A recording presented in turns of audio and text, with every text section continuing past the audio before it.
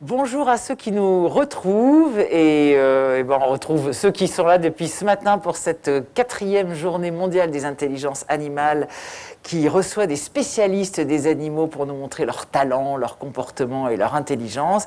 Et nous terminons cette journée avec les insectes, car on aime beaucoup les animaux mal aimés. Les insectes sont souvent mal aimés et c'est bien dommage car vous allez voir, ils sont incroyables. Et nous allons avoir beaucoup d'informations sur ses amis les insectes avec François Lasserre. Bonjour François. Bonjour. Entomologiste et vice-président de l'OPI. C'est quoi l'OPI? L'Office pour les insectes et leur environnement, D'accord. qui existe depuis 69, mais comme on s'occupe d'insectes, on est un peu moins connu que la Ligue pour la protection des oiseaux, et c'est l'équivalent, ça a une influence nationale. Et vous êtes très engagé car hélas, les insectes sont eux aussi en grand danger d'extinction. Alors ça l'était déjà à la création de l'OPI, c'est un peu pour ça que l'OPI s'est créé en 69, et puis c'est vrai que ça n'a fait que s'accentuer. Ouais. Alors vous éditez, vous publiez beaucoup de livres, on les voit sur l'image. Là, on est surtout pour un de vos livres, hein, mais il y en a beaucoup d'autres, mais Les super pouvoirs des petites bêtes, qui est un livre très rigolo pour les petits, mais pour les grands aussi, avec énormément d'informations. Et vous allez donc convaincre la foule joyeuse de ce que sont ces petits insectes qu'on connaît si mal et qui sont incroyables. Alors je vous propose de démarrer avec les papillons. Vous parlez beaucoup de papillons d'ailleurs, parce qu'ils sont magnifiques. On les connaît juste pour leur beauté, mais ils ont plein d'autres qualités, notamment des tympans, des... Alors, on est un peu obligé de parler de papillons, parce que c'est vrai que parmi les insectes préférés des Français, j'ai presque envie de dire, il y a les papillons. C'est logique. Et c'est pas... Alors c'est logique, oui, c'est logique parce qu'ils ont plein de couleurs, et c'est vrai que c'est aussi le cas chez les spécialistes des insectes. Alors ça commence à changer, mais il y avait bien plus de spécialistes des papillons avant que de spécialistes de petites mouches noires, par exemple. Parce que c'est vrai qu'en plus, ce sont souvent des métiers passion, et c'est vrai que les jeunes qui se passionnaient par les insectes étaient souvent passionnés par les papillons. Et le public, le mot papillon est quand même un mot-clé, comme le mot abeille est quand même un mot-clé qu'on est un peu obligé d'utiliser. Bon, là, je suis allé sur les papillons de nuit, c'est une illustration. Donc les illustrations, alors si ce livre est si drôle, c'est quand même grâce à Gilles Macagno, qui illustre ça, qui est un fondu de SVT depuis bien longtemps, et qui illustre le livre. Donc toutes les illustrations sont de lui. Et je suis allé chercher ceux qu'on aime peut-être un peu moins, qui ont l'air moins colorés en apparence, les papillons de nuit, même si en fait, quand on regarde les papillons de nuit de près, il y a plein de couleurs, c'est incroyablement varié. Et notamment avec cette adaptation que j'aime bien, c'est que j'ai longtemps pensé, parce que j'ai bien sûr été comme tout le monde, grand public vis-à-vis des insectes, et j'ai longtemps pensé qu'il n'y avait que les sauterelles ou les grillons qui chantaient, qui faisaient du bruit, qui chantaient. Et d'ailleurs, on l'a vu tout à l'heure avec la sauterelle de Farin. Et du coup, j'ai appris petit à petit que les grillons ne chantaient pas pour nous, mais pour les autres grillons. Du coup, qu'il fallait bien recevoir ce son, cette communication orale, et que donc il fallait des oreilles. Et donc j'avais remarqué que les sauterelles, effectivement, avaient une oreille ici, comme on l'a vu dans le dessin tout à l'heure. Et puis, voilà, et je pensais que c'était que ceux que j'entendais. Et en fait, il y a une quantité incroyable d'insectes qui chantent, qu'on n'entend pas la plupart du temps. Il y a des mouches qui stridulent, il y a des punaises, on va en parler peut-être tout à l'heure. Et puis, il y a des papillons qui ont développé une défense face aux chauves-souris, qui ont développé une oreille aussi. Donc, il y a aussi des papillons qui ont des oreilles et qui leur permettent d'entendre. Et alors, c'est des oreilles très spécialisées parce qu'elles entendent les ultrasons, des sons que nous, on n'entend pas, les ultrasons qui sont envoyés par les chauves-souris. Et au moment où elles entendent ces chauves-souris, eh ben, elles savent qu'il y a une menace potentielle. Et à ce moment-là, le papillon se laisse tomber, comme on le voit sur le dessin, il se laisse tomber. Du coup, la chauve-souris le rate.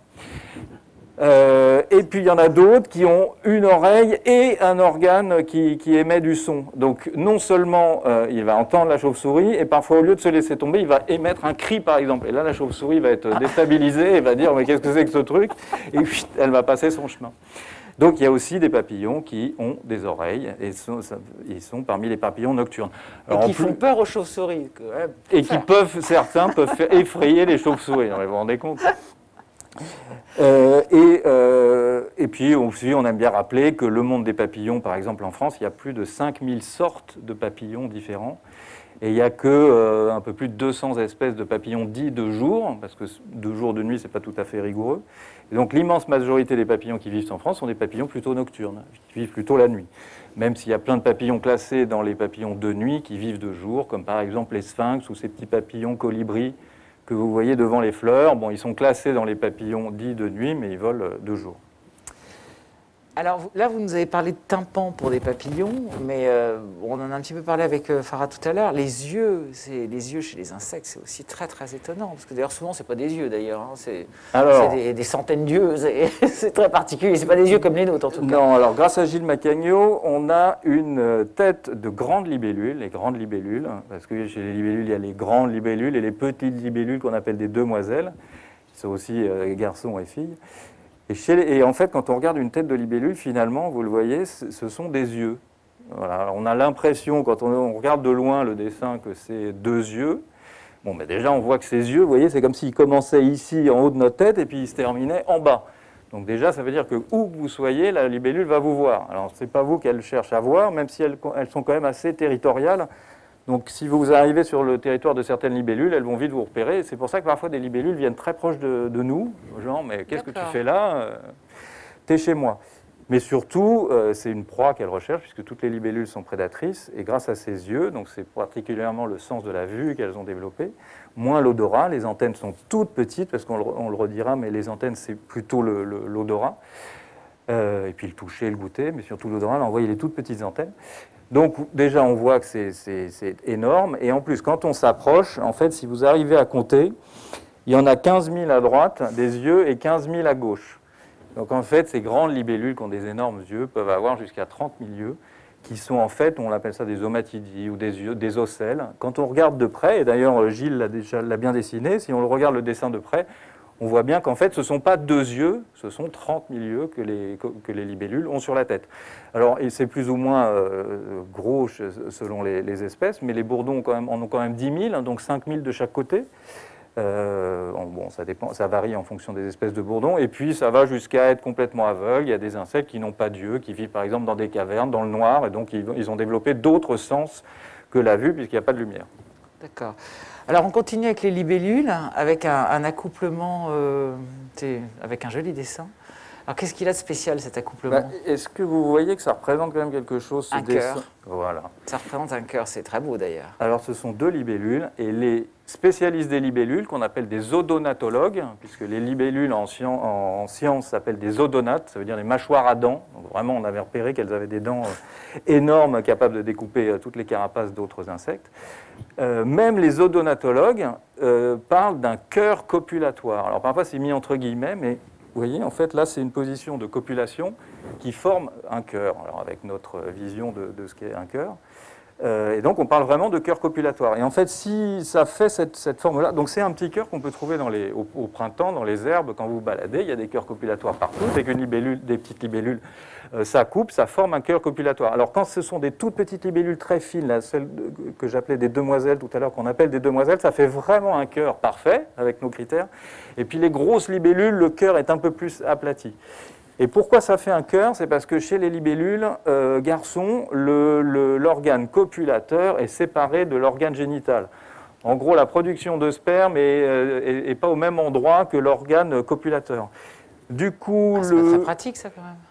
Alors, c'est pratique pour faire un cœur à la fin. Ah oui. Mais donc, monsieur se recourbe l'abdomen.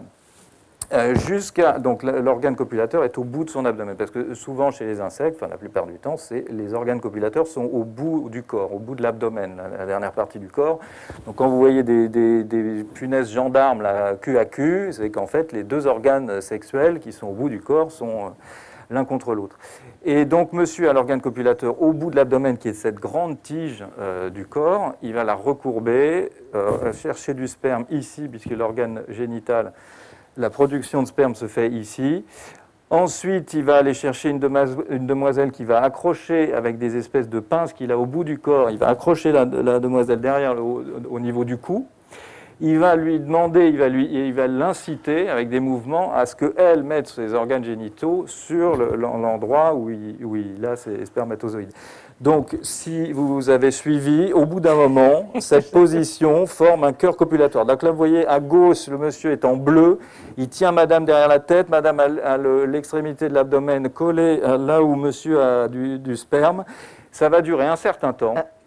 Et ensuite, ce corps copulatoire, la femelle va se détacher, mais monsieur va garder la femelle attachée.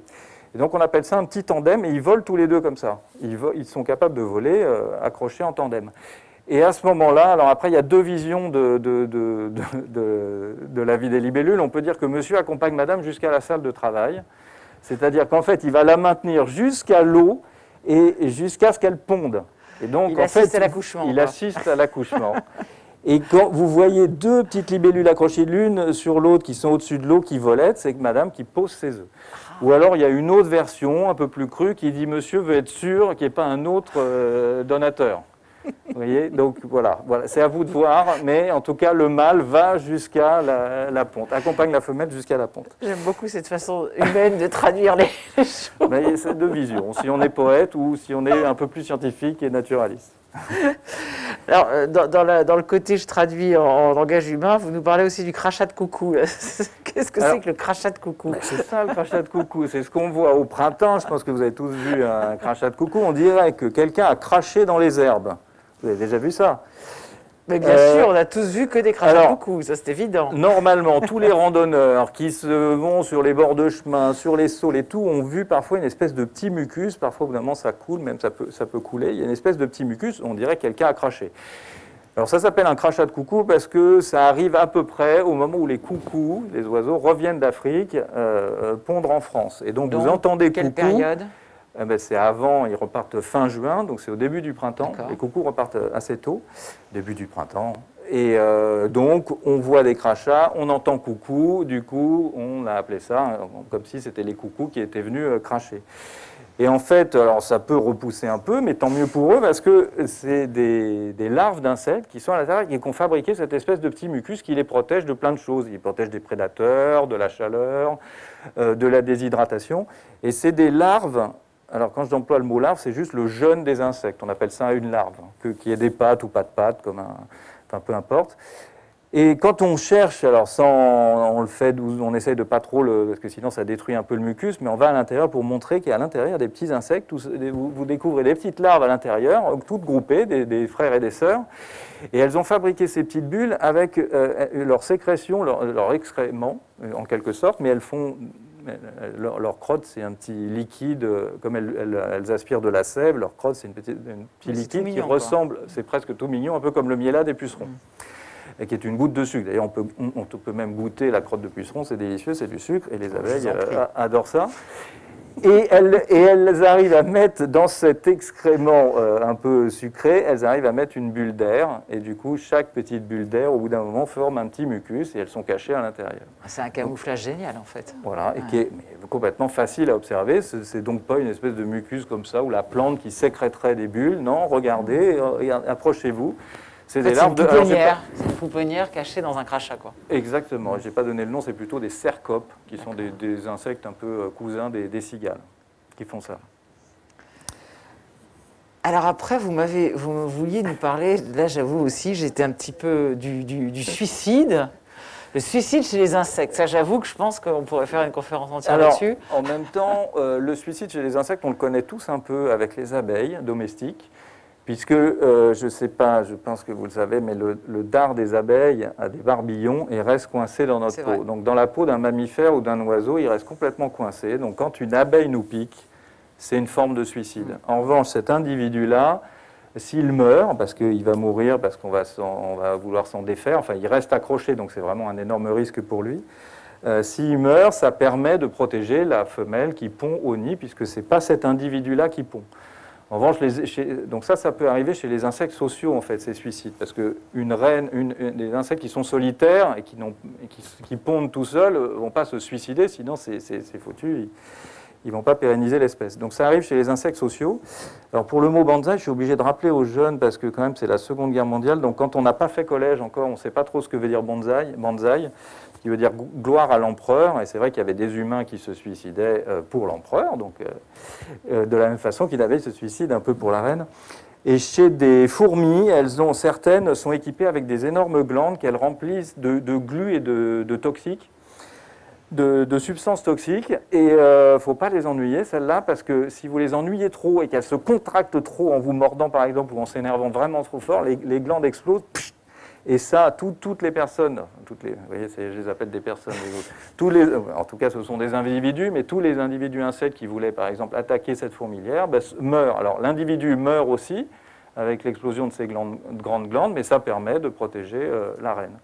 Et il y a aussi chez des termites, ça existe, mais le suicide chez les insectes sociaux permet de perdurer, que l'espèce perdure. Donc on dit souvent que les fourmis, elles ont inventé plein de choses. Elles ont inventé donc les kamikazes, manifestement, et elles ont inventé l'élevage.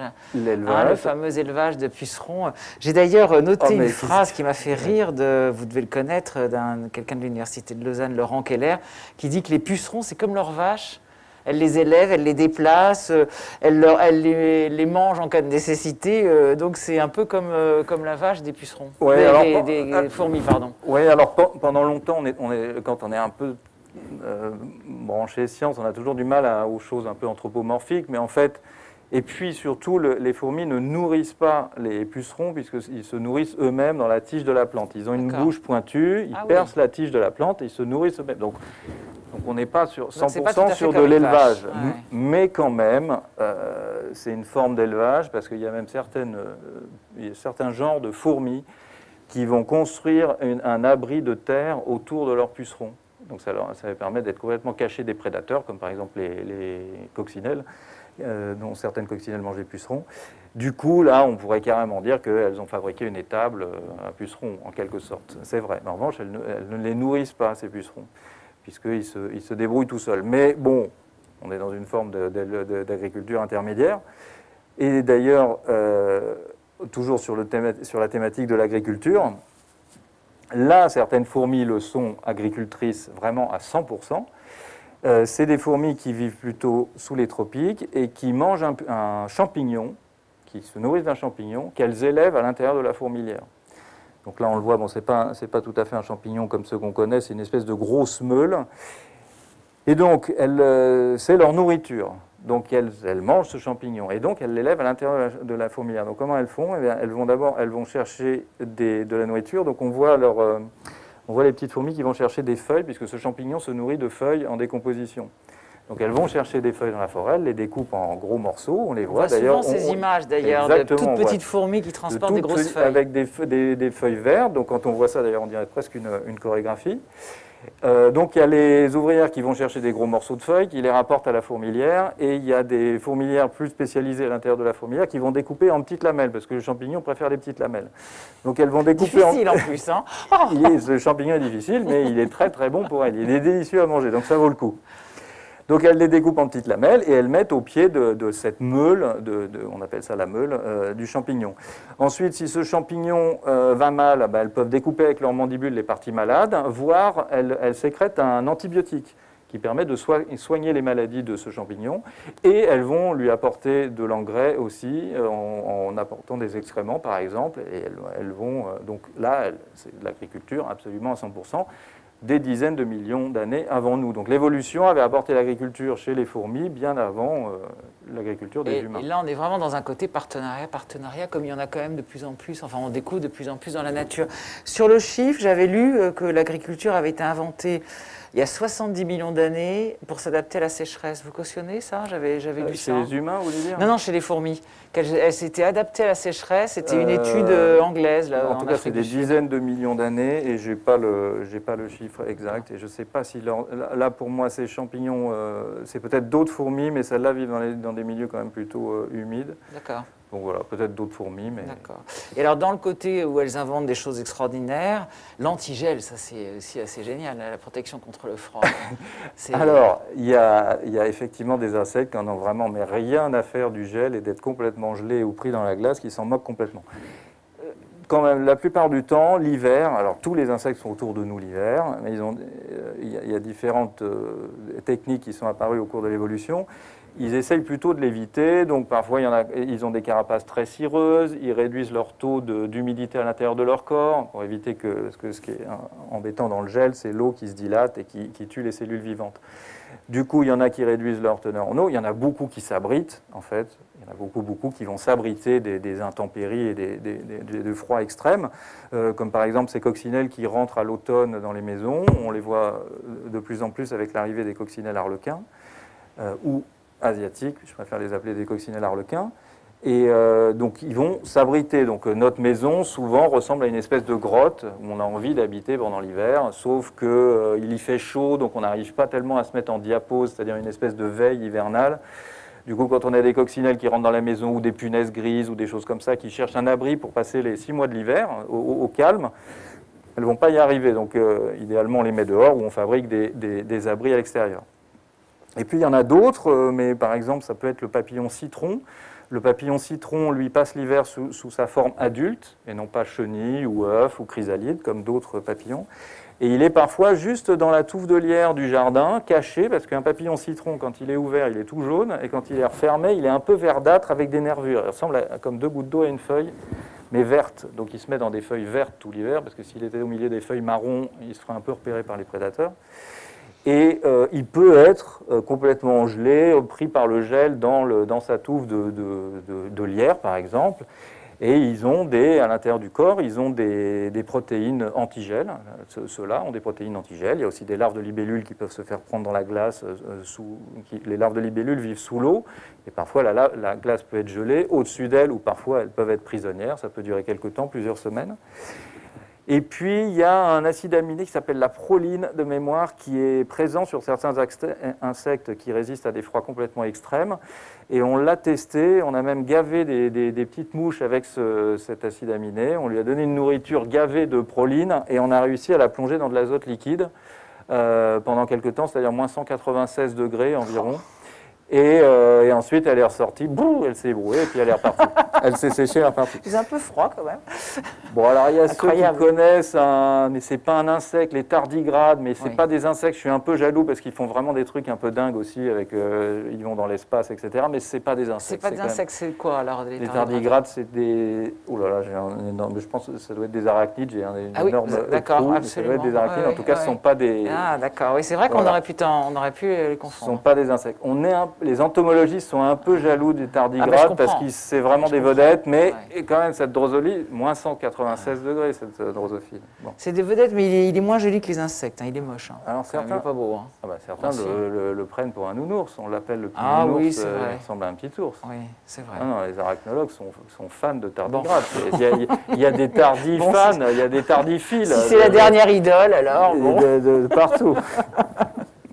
Bon, alors revenons, parce que je pense pas que le tardigrade soit très important pour la pollinisation. Je crois pas, en tout cas dans ses talents. Il est nul en pollinisation.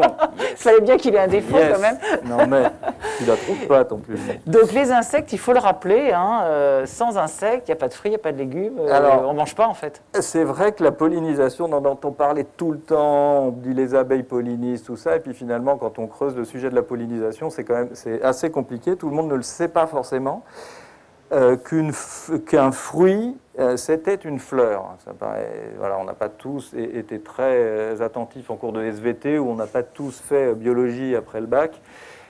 Mais la pollinisation, et donc une fleur devient un fruit. Et souvent, si l'insecte ne passe pas sur la fleur avant, ne passe pas sur la fleur, elle ne peut pas se transformer en fruit. Et la pollinisation, ça veut dire transporter le pollen. Le pollen, ça voulait dire farine en grec, c'est cette petite poudre, quand on tape parfois des fleurs, c'est en fait là où vont se constituer les gamètes mâles, l'équivalent des spermatozoïdes. Elles vont se fabriquer dans les petits grains de pollen, dans cette petite poudre. Et cette petite poudre, donc c'est le matériel génétique mâle, donc ça vient donc d'une fleur mâle. Parce que chez les plantes à fleurs, en fait, déjà, une fleur, c'est un organe sexuel. Oui, c'est ça, c'est très joli pour attirer les insectes, mais c'est un organe sexuel. Alors, si elles sont très jolies, ça permet d'attirer les insectes et non pas de faire un bouquet sur la fleur. Mais c'est vrai que quand je vois quelqu'un qui plonge son nez dans un bouquet de fleurs en disant qu'est-ce que ça sent bon, le botaniste rigole en disant voilà, il plonge son nez dans un champ de sexe. Et donc, ce sont les organes sexuels, donc il y a mâle et femelle. Ah, vous nous avez un peu cassé le truc là quand même. Hein, parce que... ça me permet d'aimer les fleurs quand même. Moi, ça ne me dérange pas. Au contraire. On va s'arrêter là. Et du coup, comme les fleurs, vous le savez, les plantes ne peuvent pas bouger. Parce que nous, par exemple, enfin bon, c'est caricatural, mais si je veux me reproduire, je vois une femelle, je vais y aller. Ou si une femelle, un mâle, on peut se déplacer. Les plantes ne peuvent pas se déplacer. Alors elles peuvent, et certaines le font, se reproduire toutes seules, c'est-à-dire avoir le matériel femelle et mâle sur la même plante et se reproduire à l'identique. Sauf que quand on se reproduit à l'identique, on mute moins.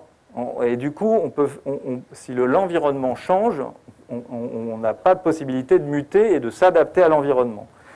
Du coup, c'est pour ça qu'il est préférable de croiser ces gènes et d'aller se croiser plus loin, le plus loin possible, parce que ça fait des mutants, plein de mutants qui... par le fruit du hasard, deviennent adaptés.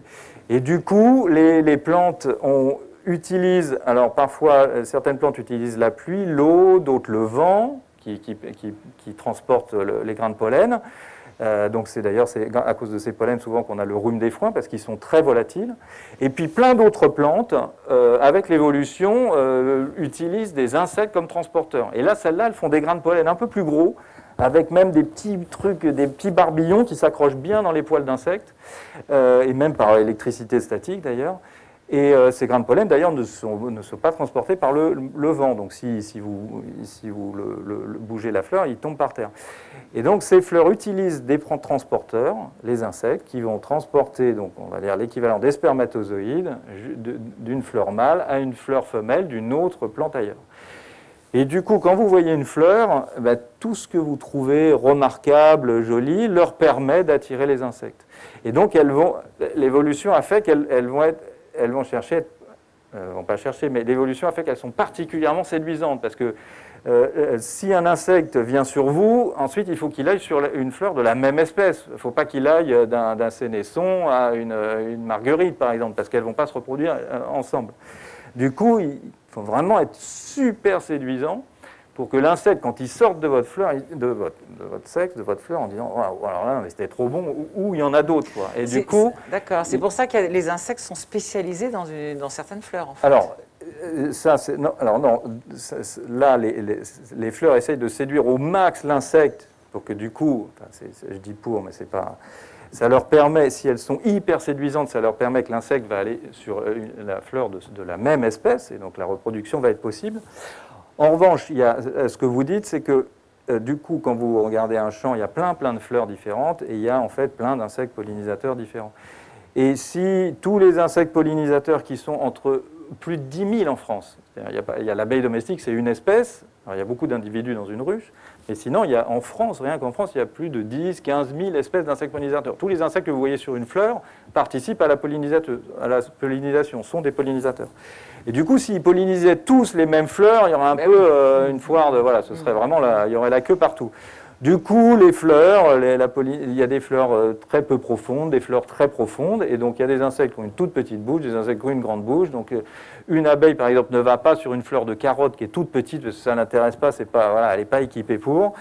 Ça va être plutôt, du coup, les guêpes qui ont une bouche un peu courte, ou des mouches qui vont polliniser vos carottes. Donc nos carottes, par exemple, ne sont pollinisées que par des mouches, ou même des mouches à merde, ou des guêpes.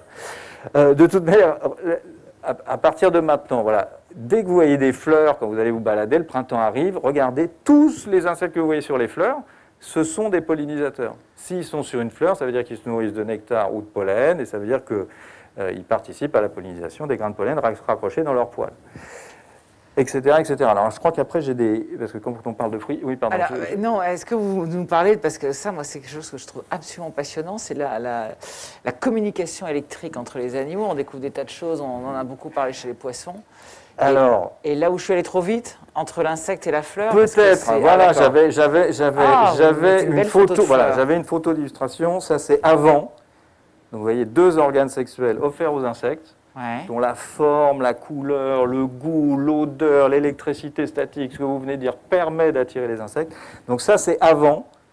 Des insectes passent dessus, des mouches, des guêpes, des frelons, peu importe, et voilà après. D'accord. Ben C'est oui. aussi simple que ça. En fait, en quelque sorte, ça, c'est une fleur qui est tombée enceinte grâce aux insectes. Et vous croquez, on adore croquer dans des fleurs qui sont tombées enceintes grâce aux insectes. D'accord. C'est très vulgaire ce que je viens de dire, mais vous voyez, on voit le reste de la... Vous voyez sur les pommes, vous voyez les restes de la fleur sur ces pommes.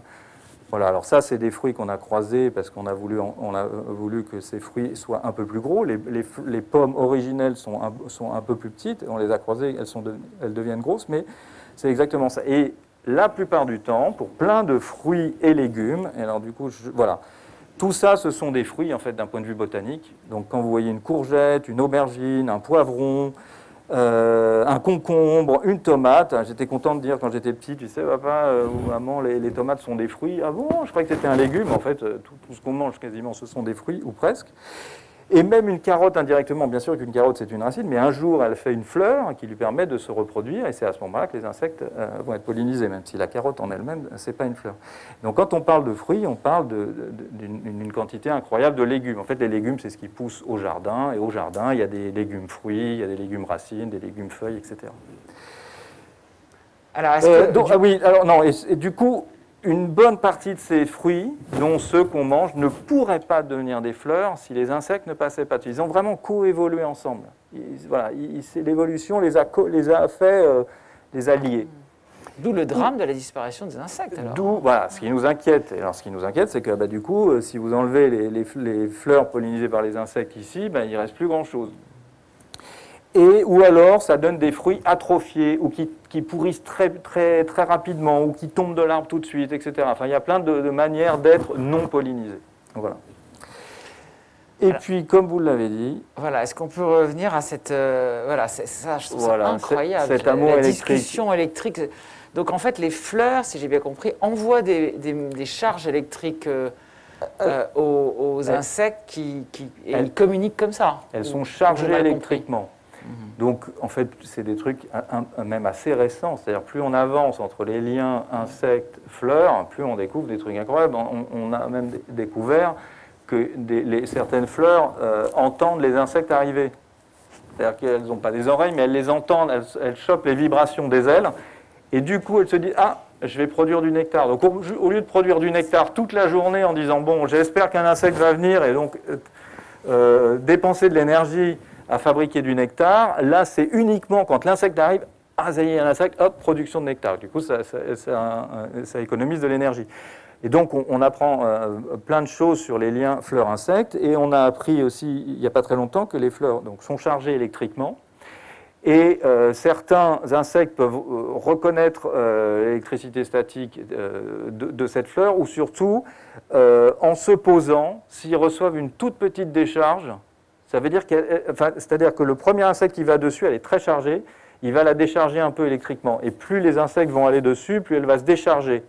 Et donc si un insecte, un bourdon arrive, se pose dessus, il reçoit une toute petite décharge, il dit « laisse tomber, je vais pas m'attarder ici, il n'y a plus de nectar, il y a trop de monde qui... » Et du coup, ça permet au bourdon de dépenser moins d'énergie, à farfouiller dans la fleur, chercher du nectar. Il a senti, grâce à l'électricité statique qui était moins présente, qu'elle était déjà bien visitée. Alors, j'ai lu aussi dans un livre qui vient de sortir sur les abeilles de Silette Saint-Pierre que les abeilles, quand elles voient qu'il n'y a pas trop de nectar, elles laissent un phéromone qui va durer 20 minutes, genre rupture de stock, il n'y a plus de nectar, passez votre chemin, c'est pas la peine de perdre du temps. Le temps que la fleur refasse du nectar, et quand le phéromone est fini, elle a à nouveau du nectar. C'est quand même incroyable. Tout à fait. Mais on est juste au balbutiement des relations plantes-insectes. Il y a aussi un autre truc que vous pouvez remarquer facilement sur les marronniers. C'est que les fleurs pollinisées de marronniers deviennent rouges. Une fois qu'elles sont pollinisées, elles deviennent rouges et les insectes ne voient pas, la plupart des insectes ne voient pas dans le rouge. Et donc vous pouvez voir, vous, sur une grappe de fleurs de marronnier, les fleurs qui sont rouges et les autres qui sont restées blanches ou jaunâtres de mémoire. Et du coup, les insectes en arrivant ne vont pas perdre du temps à farfouiller dans une plante dans une fleur qui est déjà pollinisée, qui n'a plus de nectar, qui n'a plus rien. Il va sur les fleurs qui ne sont pas rouges, enfin qu'il va voir, lui. Et ça, vous pouvez le constater sur les fleurs de marronnier au printemps, c'est en train d'arriver. Et vous dites d'ailleurs qu'ils n'ont pas la même vision des couleurs que nous, et vous écrivez que pour les abeilles, le coquelicot, c'est noir. C'est noir. Ah, c'est complètement. Ça. Alors, justement, je vais en parler là, parce que je vais vous parler du fait qu'ils voient l'invisible. L'invisible pour nous, bien sûr, mais le très visible pour eux. Les longueurs d'onde, ils ne voient pas les mêmes longueurs d'onde que nous. Alors, ça dépend beaucoup des insectes, mais c'est vrai que les abeilles et plein d'autres pollinisateurs ne voient pas dans le rouge, ne vont pas jusqu'au rouge. Et du coup, un coquelicot est noir pour une abeille. En revanche, ce qu'elle voit et que nous, on ne voit pas, c'est les ultraviolets. Et là, les pétales de coquelicot lui renvoient des ultraviolets. Et là, on pourrait dire, en quelque sorte, là, on a des flèches, mais souvent, c'est des rayures comme ça qui vont indiquer où se trouve la source de nectar et de pollen à l'insecte. Et donc, elles peuvent le trouver même quand elles ne voient pas les couleurs que nous, on voit. Donc, elles peuvent trouver le pollen dans des fleurs qui sont toutes noires, mais parce qu'elles voient l'ultraviolet. Et c'est aussi le cas pour les papillons qui volent la nuit, parce que la nuit, il y a plein de papillons. Vous vous souvenez, tout à l'heure, j'ai dit qu'il y avait plus de 4000 espèces de papillons de nuit. Voilà. Et donc, dont certains ne se nourrissent pas, c'est vrai, quand ils sont adultes. Il y a plein d'espèces de papillons qui ne se nourrissent pas, mais il y en a plein qui se nourrissent aussi. Et donc, ceux-là vivent de nuit. Vous pollinisez des fleurs qui ne s'ouvrent que la nuit. Parce que dans la répartition des fleurs et des pollinisateurs, il y a aussi celles qui s'ouvrent que la nuit. Alors, ce qu'on connaît bien, on connaît bien, non, les belles de nuit, mais sinon, il y a les onagres qu'on voit souvent dans les jardins, les grandes fleurs jaunes. Si vous prenez l'apéro le soir, vous les verrez s'ouvrir vraiment avant la tombée de la nuit. On les voit quasiment s'ouvrir sous nos yeux. Et là, du coup, c'est des insectes qui sont nocturnes qui vont les polliniser. Donc la nuit, il n'y a pas beaucoup de lumière. En revanche, il y a la lune qui peut renvoyer les ultraviolets du soleil. Et donc, il y a beaucoup de papillons de nuit qui vont se servir de ces ultraviolets. Donc, vous voyez que du noir, alors qu'eux vont voir les fleurs qui réfléchissent les ultraviolets. Et sinon, on sait pourquoi il y a certaines couleurs qui voient, d'autres pas, etc. On commence déjà à décrypter tout ça, parce qu'il doit y avoir des raisons, je suppose. Alors, si les abeilles voient les coquelicots noirs, c'est pas... Il n'y a jamais vraiment de raison, c'est que en général, ce qui reste, c'est que c'est plus efficace. Oui, donc c'est plus efficace comme ça, là, comme ça.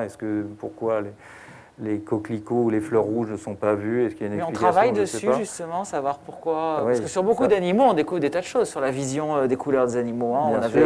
Les chiens, on se rend compte qu'il y a plein de couleurs qu'ils ne voient pas, d'autres qui voient, au contraire.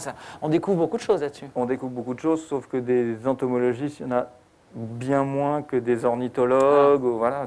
Les scientifiques sont un peu comme le grand public. Ils aiment d'abord les mammifères, ensuite les oiseaux, ou les reptiles. C'est pour ça que vous êtes quelqu'un de rare. Les reptiles, pardon, les serpents. Et donc, là, je ne sais pas où sont les caméras, mais venez être entomologiste.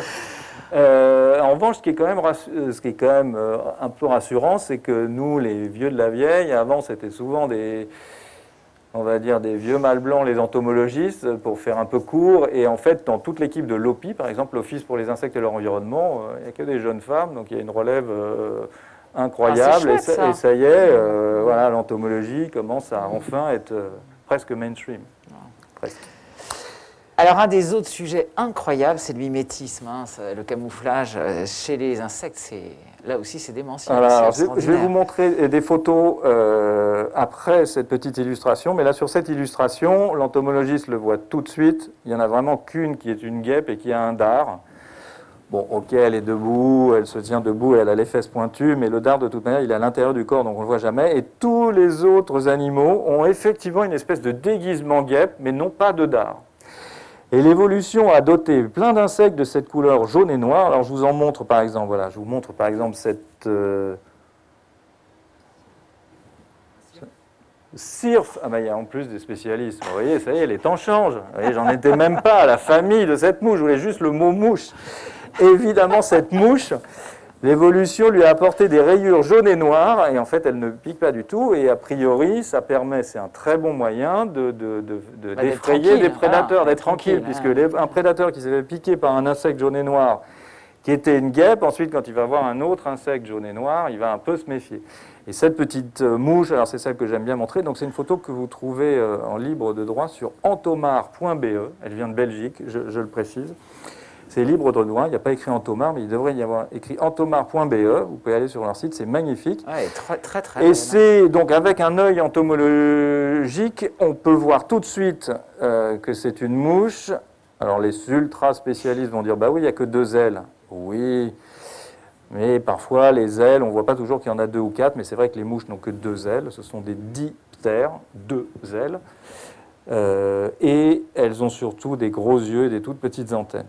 Donc si c'était une guêpe, par exemple, elle aurait des yeux un peu plus petits et des antennes beaucoup plus longues. Et puis elle aurait 4 ailes, c'est sûr, c'est vrai, mais ça ne se voit pas forcément. C'est vraiment un œil de spécialiste.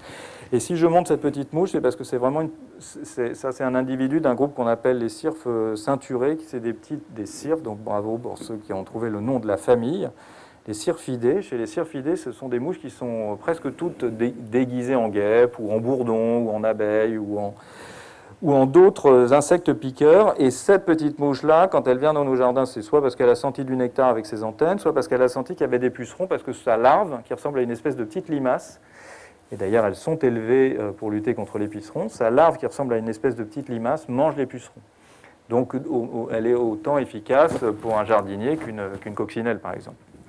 Donc le cirque ceinturé, et c'est ces petites mouches qui volent sur place dans les jardins. Vous voyez, elles sont assez petites, qui font un petit vol sur place dans les jardins, où elles viennent aspirer du nectar pour l'adulte, pour elles, ou alors pondre à côté des pucerons.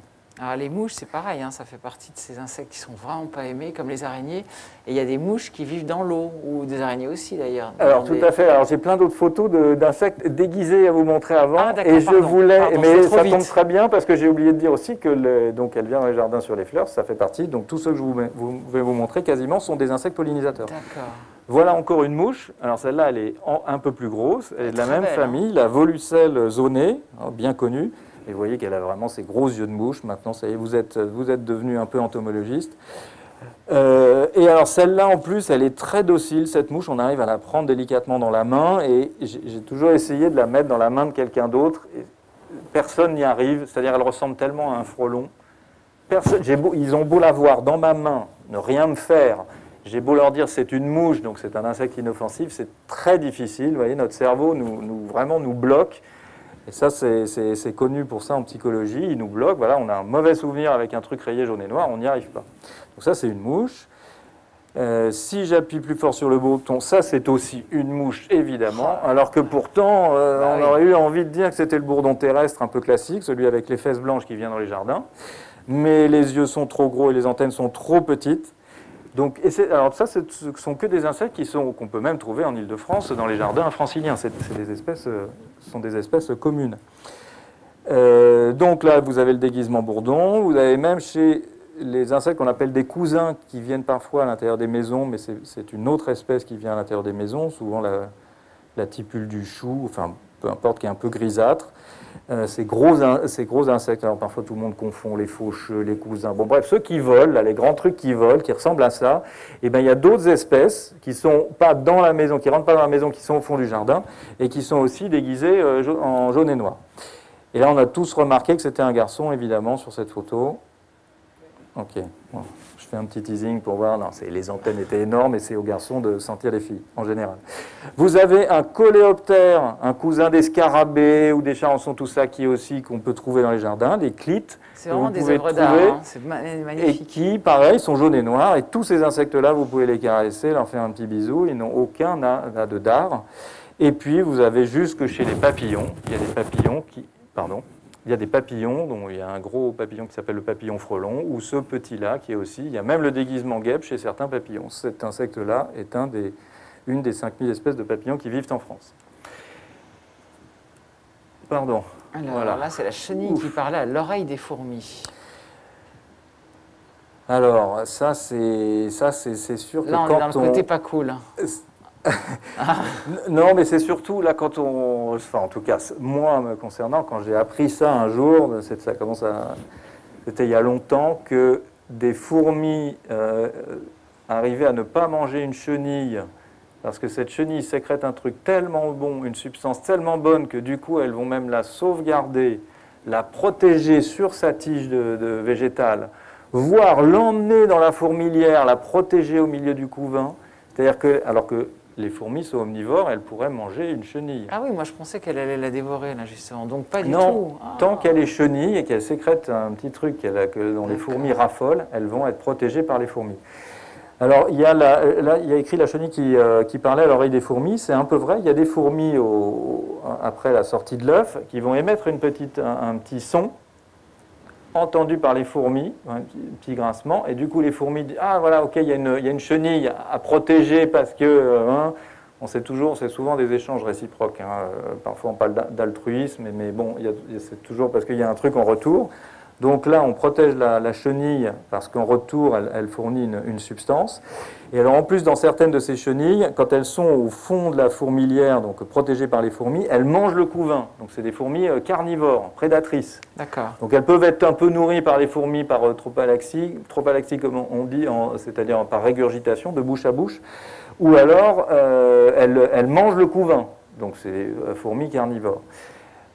Et ça, les entomologistes les adorent particulièrement, ces papillons et ces chenilles de papillons, parce que c'est des papillons qui ont des exigences tellement particulières que quand ils sont présents, on se dit, ben là, en fait, cet endroit est un peu tranquille.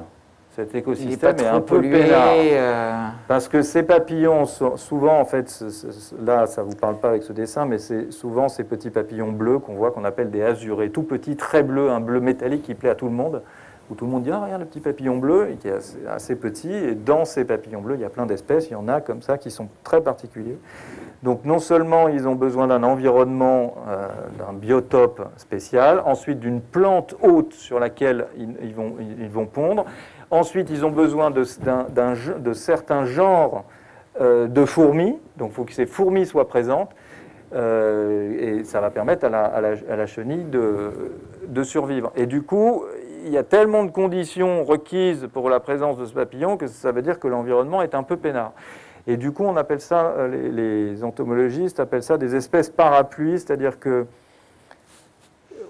il y a tellement d'espèces d'insectes qu'on ne peut pas toutes les protéger une par une. Et du coup, parfois, on choisit une espèce qui a des grosses demandes écologiques.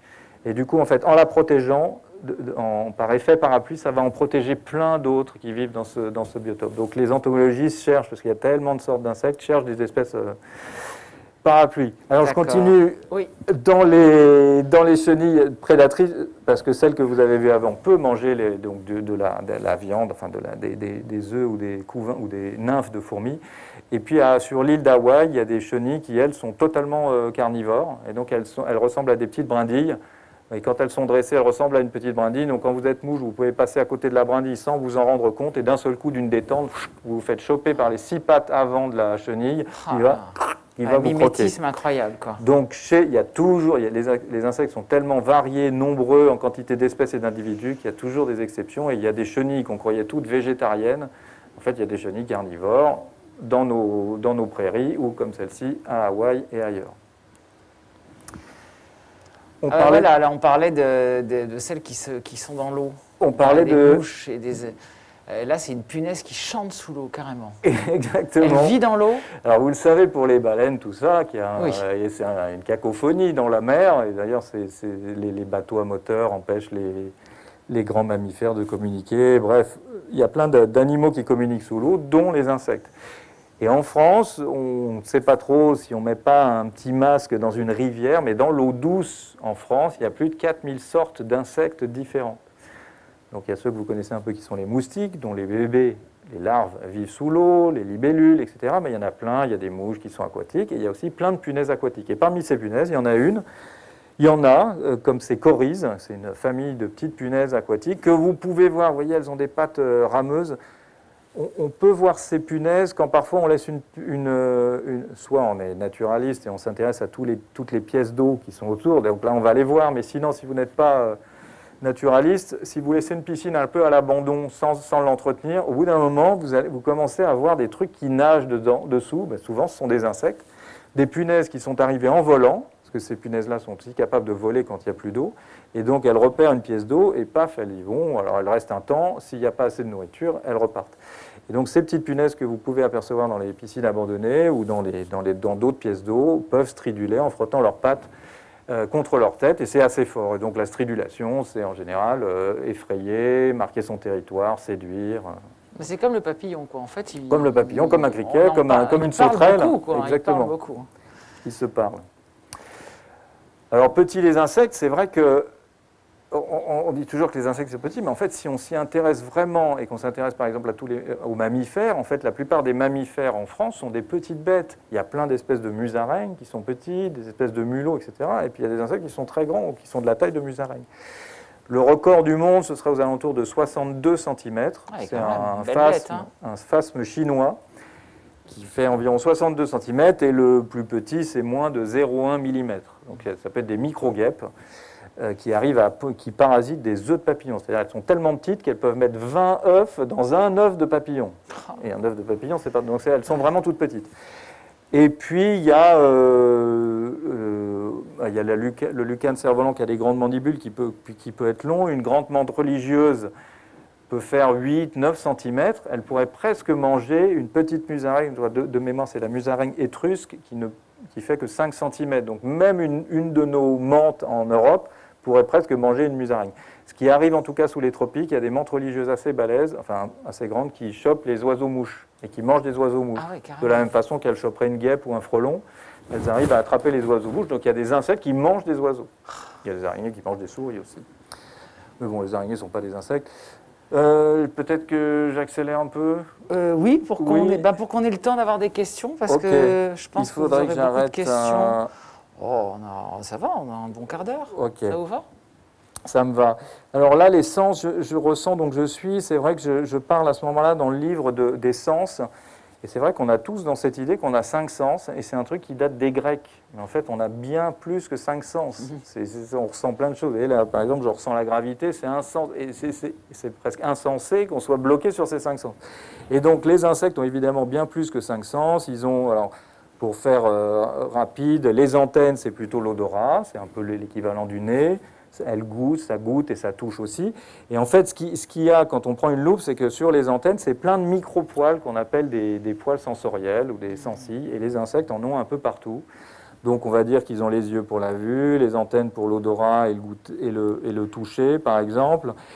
Qu'est-ce que l'ouïe, ils n'ont pas tous l'ouïe, ressentent les vibrations presque tous grâce à leurs poils sensoriels, et puis certains ont vraiment des organes tympaniques, comme on l'a dit tout à l'heure, des vraies oreilles. Ils ressentent la gravité, parce qu'il y a des insectes, quand on s'enfonce dans le sol, faut être sûr, quand on veut ressortir, d'aller vers le haut et de ne pas aller vers le centre de la Terre. Donc là, il y a des poils parfois qui ont une petite boule au bout qui sont attirés vers le centre de la Terre, et du coup, grâce à ça, il sait que s'il doit ressortir, c'est par là. Etc., etc. Les insectes sont couverts d'organes sensoriels vraiment un peu partout. Il y a aussi des papillons d'ailleurs qui goûtent avec leurs pattes.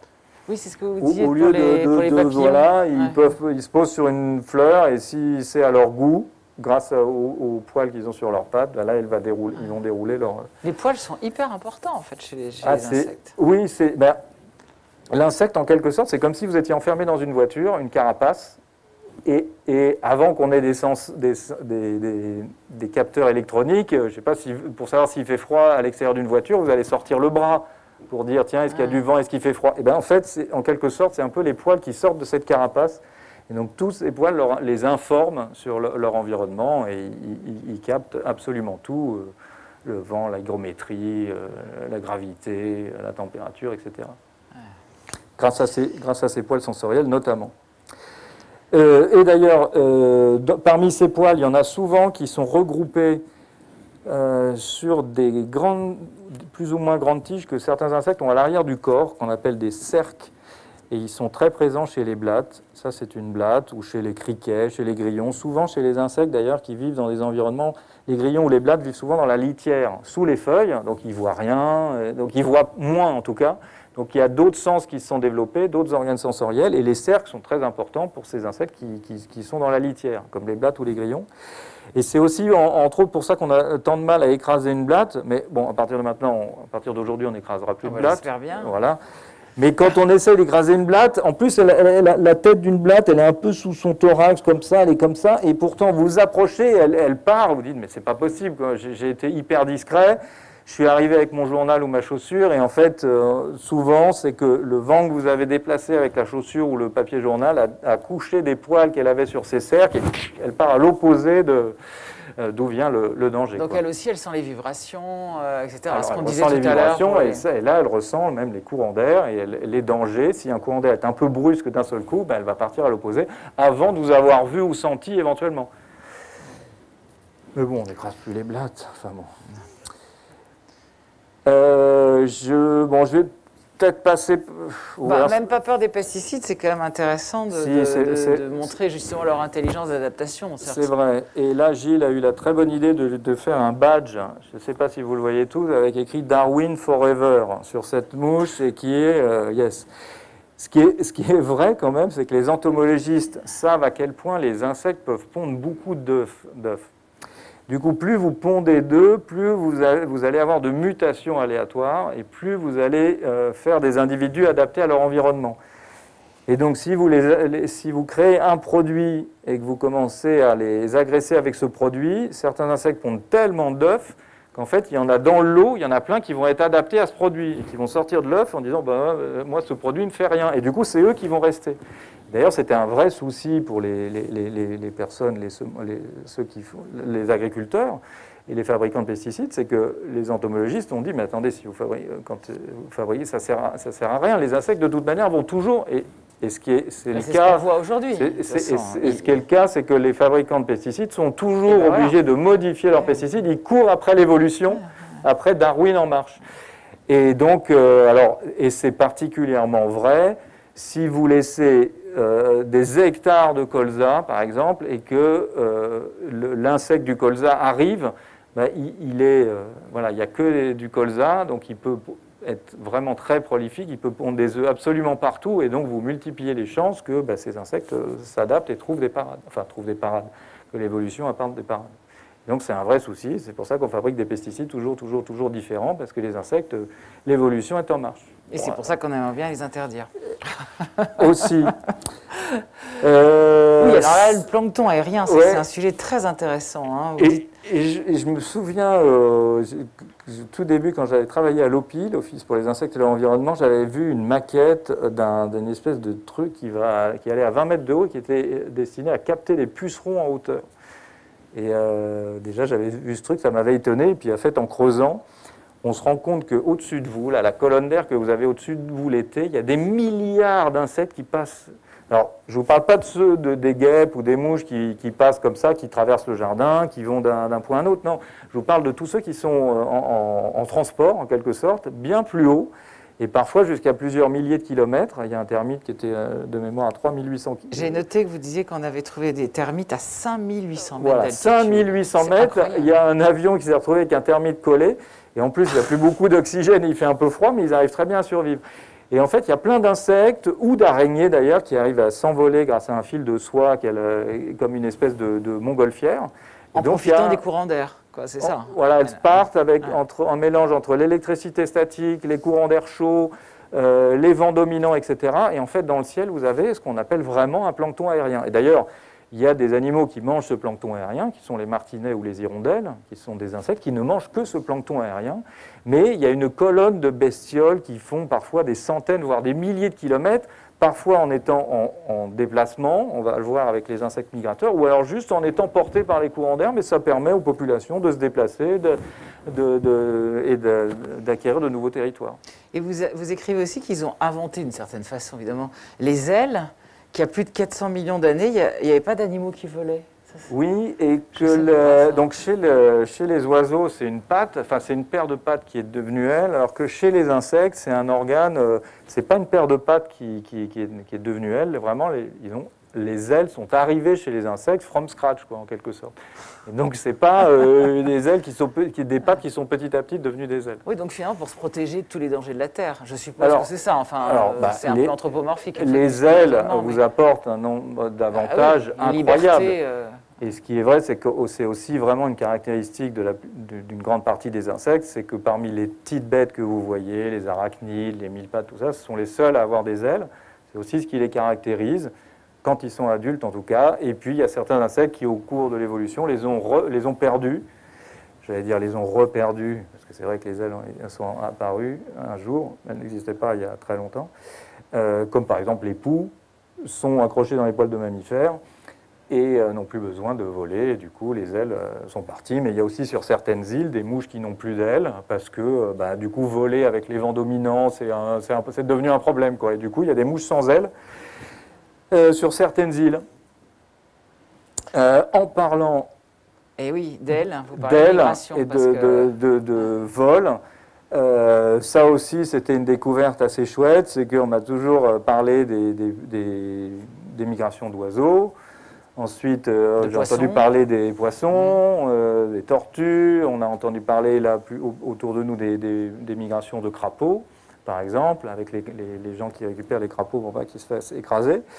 Et puis, on connaissait, un jour, on apprend, le papillon monarque va du Canada au Mexique. Oh là là, incroyable. Certains individus arrivent, de mémoire, faire 7000 km. C'est un magnifique papillon très grand et orange. C'est un grand papillon qui est un peu d'ailleurs les malheureusement qui va pas bien. Réduisent. Il y a eu ça. Et puis un jour, qu'est-ce qu'on me dit? Ben non, mais regarde la belle dame. Enfin d'ailleurs, je crois que c'est moi qui ai fait des recherches tout seul. Et en fait, au printemps, tous les papillons qui arrivent tôt au printemps, il y a soit ceux qui hivernaient au stade adulte, comme le citron dont on a parlé tout à l'heure, et qui sort de ses feuilles, et qui est là tout de suite dès qu'il fait beau en fin février-mars. Mais sinon, il y en a plein que vous voyez en mars, qui disent « Ah, les papillons », et qui arrivent d'Afrique.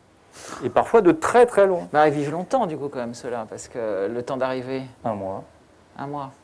En fait, ils font le trajet de façon très rapide. Et donc, celui dont je voulais vous parler, qui s'appelle la belle dame, tapez belle dame, c'est un des papillons les plus répandus dans le monde. Pourquoi? Parce qu'il c'est un grand voilier. Il vole particulièrement bien. Et certains individus passent au-dessus de nous tous les ans et font 5000 km. Certains individus peuvent faire 5000 km. Et c'est vrai qu'on dit, mais attendez, combien de temps? Et il fait tout ça en un mois et quelques. Il y a des entomologistes qui, une fois, ont repéré un vol migratoire, parce qu'on arrive à les repérer, avant, on arrivait à les repérer avec des entomologistes de terrain. Ils ne sont pas très nombreux, les entomologistes, à suivre les insectes migrateurs, mais ils savent repérer des vols migratoires. Il y a vraiment voilà, c'est assez typique. On sait que là, ils sont en train de migrer, ils sont en déplacement parce qu'ils ne sont pas en train de chercher de la nourriture dans le coin, ça se repère. Et il y a des entomologistes algériens qui ont vu passer certains papillons, je ne me souviens plus lesquels, c'était peut-être des belles dames, et qui ont informé le réseau d'entomologistes européens en disant voilà, on vient de passer ça, nanana, et 3 jours après, il y a des Anglais qui ont dit hop, ça y est, ils sont là. Donc Alger, Londres, 3 jours, donc 5000 km, facile, dans leur courte vie d'adulte. Et alors, c'est différent des migrations d'oiseaux, parce que chez les oiseaux, c'est le même individu qui fait aller-retour, alors que chez les insectes, c'est les enfants ou les petits-enfants qui font le retour. Et puis, il y a plein de papillons qui sont migrateurs, et les papillons blancs aussi, les pierrides que vous voyez sont très migrateurs. Le cirfe ceinturé qu'on voyait tout à l'heure, la mouche déguisée en guêpe, est très migratrice aussi, et peuvent étendre leur territoire dans toute l'Europe. Il y a des libellules, le record, je crois que c'est une libellule qui peut faire 18 000 km.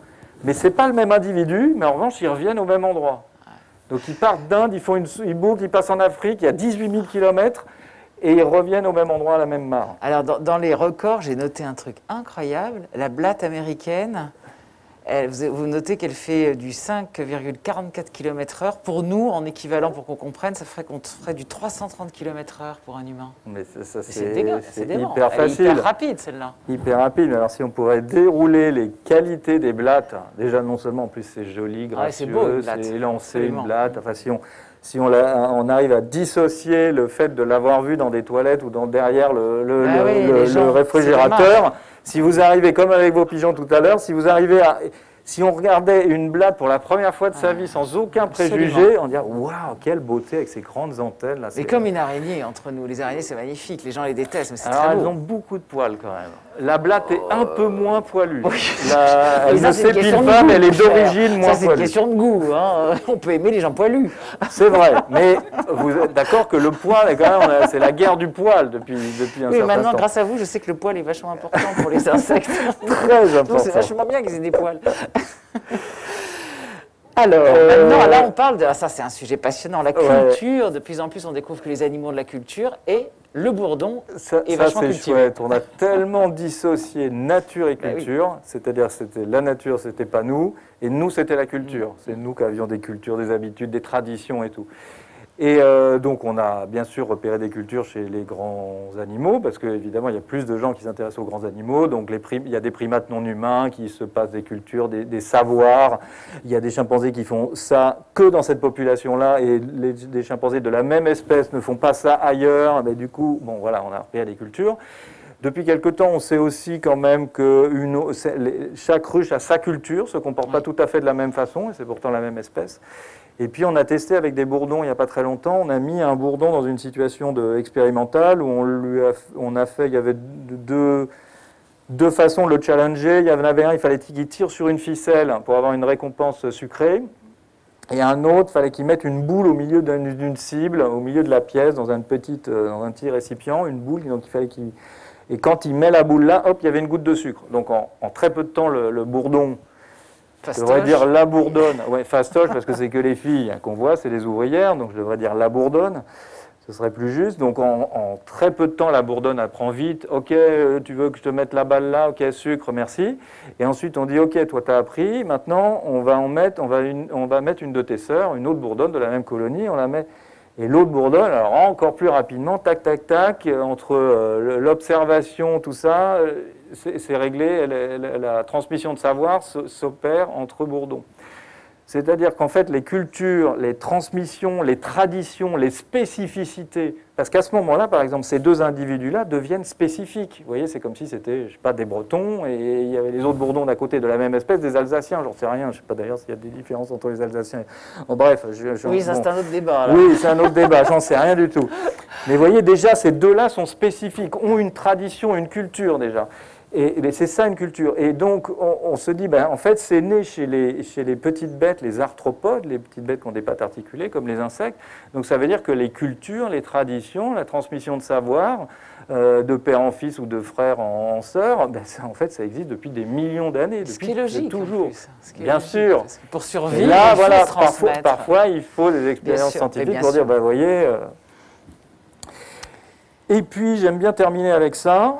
Il faut reconnaître que là, c'est un vaste sujet. C'est un vaste sujet. On a parlé de sentience, tout ça, qui n'est pas un terme rigoureusement scientifique, mais bon, qui commence à vraiment pousser l'éthique animale, pousser dans le monde de l'éthique animale.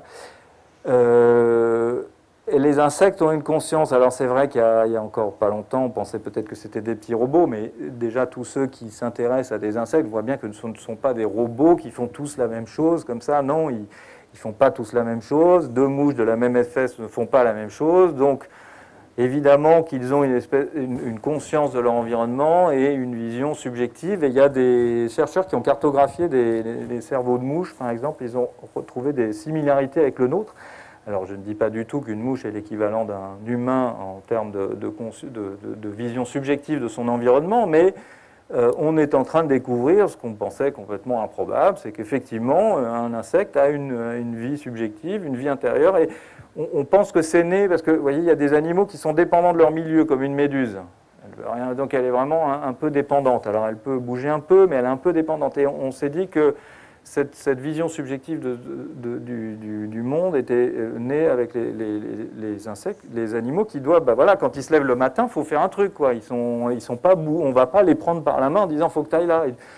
Et du coup, cette espèce de conscience de son environnement, de cette subjectivité, serait née il y a bien plus longtemps, et y compris chez les insectes, qui sont d'ailleurs, vous prenez un petit criquet, vous voyez bien qu'il se débat, il ressent quelque chose, on ne sait pas quoi, en tout cas, ils ont bien, a priori, une vision subjective de leur environnement. Ils sont classés dans les sentients, qui n'est pas tout à fait rigoureux scientifiquement, mais en tout cas, voilà, ce n'est pas des petits robots qui nous entourent, et la prochaine fois que vous aurez envie de, vous voyez, quand vous levez le papier journal, même si c'est une affreuse moustiquette qui vient vous chercher un peu de sang, pensez-y, voilà, pensez que c'est un autre être vivant, et peut-être claquer, voilà, prenez autre chose, un truc qui vous détend, souffler dessus. On vous supplie de ne plus écraser les insectes. Et puis en plus, quand on est détendu du moustique ou de la guêpe ou du frelon, ben on est complètement... Ça veut vraiment dire qu'on a atteint une espèce de zénitude totale. Et vraiment, c'est une excellente thérapie. D'ailleurs, vous en êtes un exemple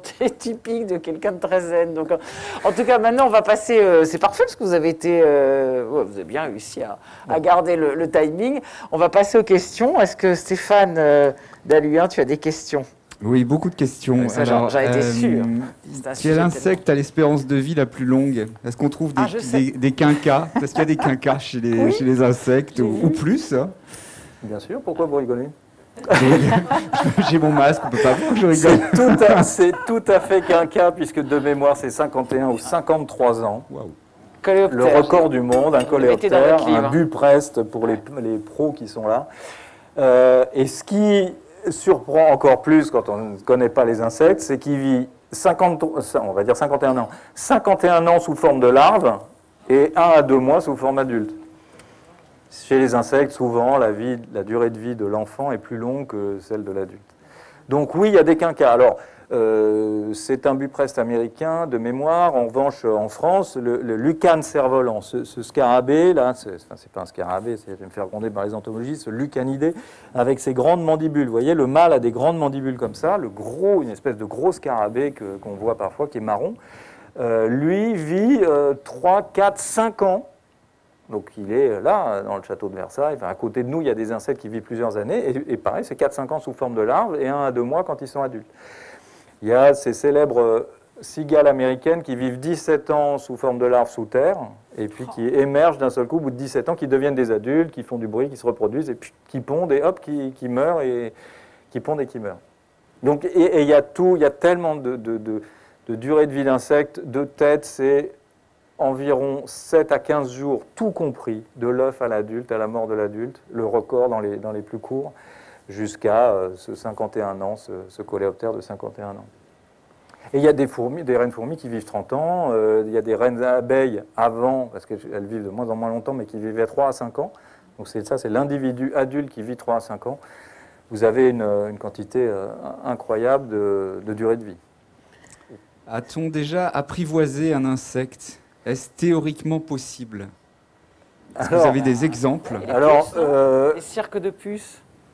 Alors oui, alors est-ce que l'individu puce, c'est ça, oui, c'est ça qui est dingue, Yolène, vous le faites bien de dire, c'est que les cirques de puces, il y avait vraiment des puces. Au début, je croyais que le type faisait semblant de faire ça et que du coup tout le monde se faisait avoir. En fait, il y avait des vraies puces. Il y avait des vrais cirques de puces, oui. Est-ce qu'elles étaient obligées de sauter tout ça? Non, elles le faisaient peut-être pour manger. Ouais, là, je mets une réserve.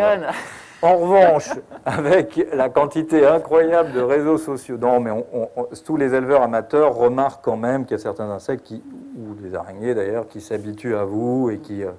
Mais ça dépend aussi de ce qu'on met derrière le mot domestiqué. Et voilà, le chien, il est ultra domestiqué, et puis vous avez l'abeille domestique qui est un peu domestiquée. Parfois, le mot domestique, c'est pas toujours clair. En tout cas, on va plutôt dire l'apprivoiser. Et ça, vous le voyez beaucoup si vous vous baladez sur les réseaux sociaux, Instagram, TikTok, tout ça. Vous voyez plein de gens du monde entier qui peuvent passer des jours et parfois des mois avec un individu qui devient de moins en moins farouche, qui vit avec eux, et c'est un individu insecte. Donc oui, on peut apprivoiser un insecte. En ce moment, sur Internet, j'ai vu un film, c'est un Américain, je crois, qui a une énorme araignée, mais énorme, hein, elle est géante. Et elle est tout le temps chez lui, il lui donne à manger, elle repart, et il l'a... Enfin, ils sont copains, en tout cas. Elle est apprivoisée. Voilà. Tout à fait. Une autre question? Est-il vrai que certains insectes savent compter? Oui, tout à fait. Ils savent compter. Abeilles, ça a été fait avec les abeilles récemment, oui. Alors, ouais. Parce que, vous voyez, on est toujours... Alors, je voudrais juste... Là, on est presque à la fin de cette journée, mais méfions-nous, on est toujours en train de comparer, vous voyez, comme si compter c'était important, parce que c'est vrai que nous les maths et tout, sans compter, on serait vraiment mal, mais parfois c'est pas forcément utile. En fait, ce que je voudrais rappeler, c'est que à partir du moment où vous êtes vivant sur Terre en 2021, c'est que vous êtes intelligent, en quelque sorte. C'est-à-dire que vous êtes adapté à votre environnement, vous savez vous reproduire et tout. Donc quoi que vous fassiez, même si vous ne savez pas compter ou fabriquer des outils ou peu importe, vous avez quand même des habilités et des choses que vous savez faire qui permettent de vous reproduire. Donc, en fait, toutes les espèces du monde qui sont là sur Terre à ce jour sont intelligentes. Et si on se compare à nous, oui, bien sûr, dans tout ce que les autres animaux font, que les humains font, il y a aussi compter. Sauf l'âne, là, qui comptait, ça c'était un hawks. Bon, on en parlera. Le cheval. Combien de nouvelles espèces d'insectes sont découvertes par an, chaque année? Insectes, je ne sais pas. J'ai le chiffre pour tous les animaux de 16 000 par an environ. Mais c'est peut-être plus maintenant, surtout s'il y a de plus en plus de taxinomiques, de personnes qui savent identifier et trouver des nouvelles espèces. En tout cas, à la question parfois qu'on me demande combien il y a d'espèces d'insectes sur Terre, j'ai dit en fait on n'en a aucune idée déjà, donc on en découvre absolument tous les jours. On a mis un nom sur environ 1 million d'espèces, mais on en soupçonne 5, 10, 20, 30, 50 millions. En fait, on n'en sait rien.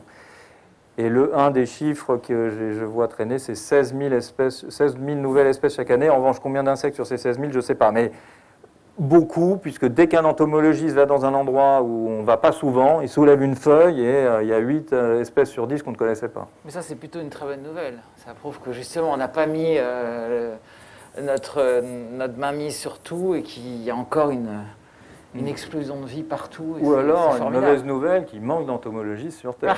Alors justement, très mauvaise nouvelle. Comment devenir entomologiste? Comment faire votre métier? Oh, mais quelle liaison, Stéphane, c'est formidable. Alors, idéalement, être un peu studieux, faire de la bio, des masters en bio, se spécialiser. Et la voie royale, c'est de faire une thèse sur un sujet autour des insectes. Donc, on se spécialise, on rentre en bio, d'abord c'est général, puis après, petit à petit, on se spécialise. Donc ça, c'est la voie royale pour aller dans des organismes de recherche comme le Muséum, le CNRS, l'INRA, etc., faire des recherches. Donc c'est d'être docteur en sciences des insectes, en entomologie. Et puis après, il y a 1000 façons d'être entomologiste parce que dans les sciences de la nature, il y a une part qui est encore très belle, qui est laissée aux amateurs. Et donc il y a en France des amateurs qui sont devenus des spécialistes. Y compris chez des mammifères ou chez des oiseaux, il y a des amateurs non biologistes, ornithologues, qui en savent bien plus que... Et donc, c'est à eux qu'on va poser des questions. Et donc, chez les insectes, il y a plein d'amateurs, qui ne sont pas du tout professionnels, mais qui en ont fait un hobby de dingue, et à qui on envoie des insectes pour les identifier, parce que c'est les seuls en France, par exemple, à savoir identifier telle sorte d'insectes. Donc, il y a plein de façons d'être entomologiste. On peut aussi être artiste autour des insectes, on peut aussi être éducateur à l'environnement, faire découvrir les insectes. Là, on n'a pas besoin de tout savoir et d'avoir une thèse quand on emmène des gens découvrir la nature comme ça. Voilà, il y a 1000 façons d'être entomologiste. La voie royale, c'est d'avoir une thèse, d'être un peu studieuse. Sur le camouflage et le mimétisme, instinct ou acquis? Intelligence individuelle ou culture transmise? Les deux, toujours, plus ou moins. Et c'était quoi sur le camouflage, c'est ça? Oui, et le mimétisme.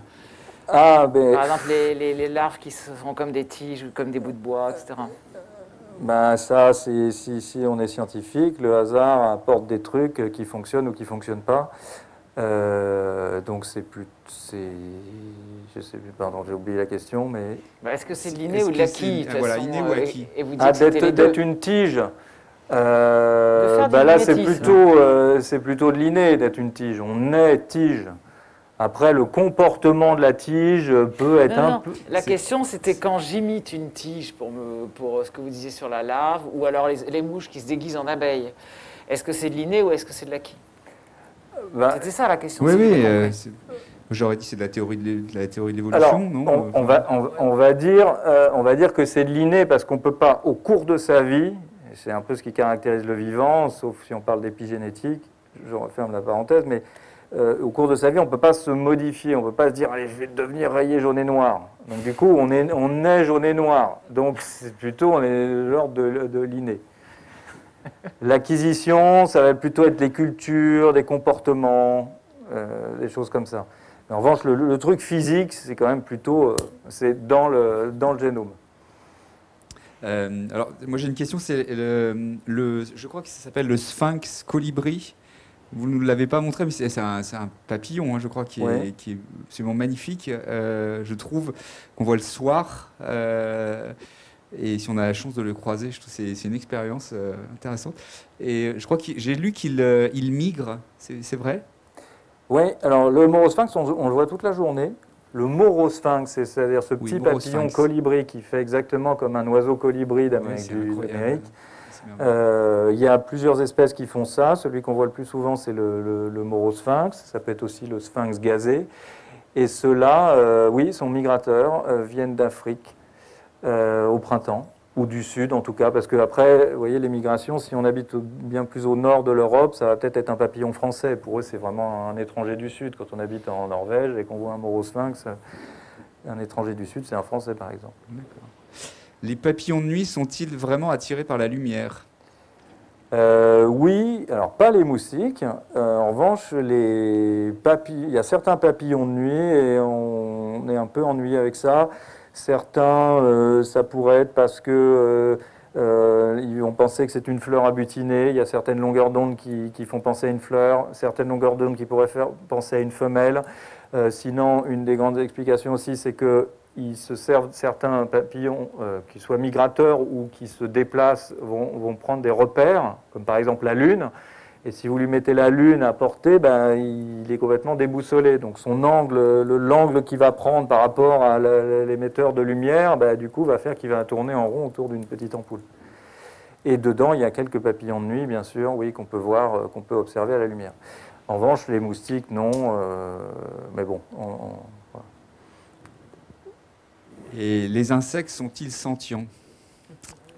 Ben, en tout cas, ils sont classés dedans. Oui, ils sont classés dedans. Maintenant, avec les réserves qu'on a émises sur ce terme sentient. Voilà, c'est compliqué pour les humains de se projeter en tant que non-humains. Et voilà. Et donc, on a déjà du mal à classer des animaux sentients, des animaux pourtant vraiment très proches de nous. Alors, les animaux un peu plus éloignés que nous, on a du mal. Mais ils sont dedans. Donc, quelqu'un qui veut être vraiment très altruiste vis-à-vis du vivant et des non-humains et qui ne veut pas en manger, par exemple, ne va pas manger d'insectes. Pourrait éventuellement manger un mollusque, mais les insectes, non. Ils sont quand même dans les sentients. Une dernière question, Stéphane. Une dernière question, elle est posée à plusieurs reprises, elle revient à plusieurs reprises, sur le suicide de certains insectes. Donc les insectes sont-ils capables de se sacrifier pour la sauvegarde d'un des leurs? Mais je pense que vous y avez répondu tout à l'heure avec la fourmi, hein, c'est ça? Parce qu'en fait, oui. C'est pour se protéger. Alors l'évolution a doté certains individus de la capacité de prendre un risque énorme, c'est-à-dire qu'une abeille d'être coincée dans la peau d'un mammifère ou d'un oiseau, ou cette fourmi qu'on a vue de se faire exploser. Mais ça arrive chez les insectes sociaux, où les individus, exactement de la même façon que les kamikazes japonais, c'est-à-dire que ça sauvait le Japon, que des individus japonais se tuent. Mais c'est uniquement chez les insectes qui ont des individus non pondeurs. Vous voyez, comme une ouvrière ou un soldat. Bon, écoutez, on va quand même être obligé de clore malheureusement cette journée parce qu'on continuerait pendant des heures. Alors d'abord, des applaudissements. Merci. Merci François, c'était passionnant. Je rappelle que vous avez écrit ce livre, Les super pouvoirs des petites bêtes pour les petits et les grands, chez Delachaux et Nestlé. Et vous avez sorti un livre très intéressant aussi, bon, c'était pas le sujet, beau d'ailleurs, sur ces fameux animaux soi-disant invasifs, etc. Et on découvre des tas de choses. Et j'ai trouvé ce livre absolument passionnant. En ce qui nous concerne, un immense merci à la Cité des Sciences et de l'Industrie pour avoir quand même organisé cette journée. C'était pas facile. Merci beaucoup à l'équipe technique qui a eu... Enfin, c'était pas facile non plus. Merci aux traductrices en langage des signes, parce qu'on est hyper fiers d'avoir ça. Et puis, je vous donne rendez-vous sur le site de la Cité pour voir les replays de ces conférences et sur celui de l'animal et l'homme. Nous, on le proposera aussi en version podcast, parce qu'il y a de plus en plus de gens aussi qui aiment bien la version podcast. Et puis, on se retrouve pour les fans d'animaux et d'intelligence animale à l'Université d'été de l'animal fin août en Bretagne. Et évidemment, j'espère bien, à la Cité des Sciences et de l'Industrie pour la prochaine journée mondiale des intelligences animales en 2022 et j'espère en présentiel. Merci à vous, à très vite. Oh, ça fait bizarre quand on applaudit qu'on est trois. Bon, on est habitué maintenant. Mais